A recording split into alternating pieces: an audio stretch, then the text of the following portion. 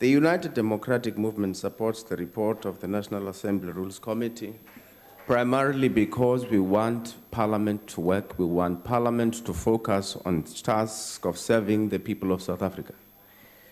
However, I think it's important for us to note that our Parliament faces a different kind, a special kind of problem. Because when you have rules so that you don't have chaos. But here we have chaos, even though we have rules. Now, which means we have a bigger problem. It's a bigger problem. I think we said it even in 2014, that it's a political problem. It needs a political solution. We welcome this step, obviously. The tightening of rules was very necessary. But I think the economic freedom fighters who are not here today, as a stakeholder, they also have an important part to play. If they keep on saying they want a political solution or find problems with some of the things that are happening here, they must tell us what is it that they want from us as a collective to do. They need to tell us exactly what we need to do in order to meet them halfway. Otherwise, the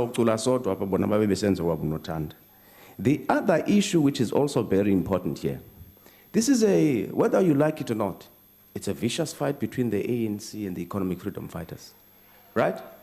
We've said in the past that maybe a bilateral meeting between the ANC and the EFF and later on also have a meeting with us would solve the problem. Because frankly, we are stewing in your soup. We don't know, we are not familiar with most of the fundamental issues that you are fighting about. That is a fact. And when you fight the other problem here, the other issue here, when you fight is that we turn all of us into straw maces and ball boys. Right? But having said all of that, there is just no justification for the violence we saw in the House last week here. There is no justification, and I'd be failing in my duties as a young leader if I didn't condemn it. I also want to say to the economic freedom fighters, they might be upset, they might be angry about certain issues, but we all have a responsibility to build a winning nation.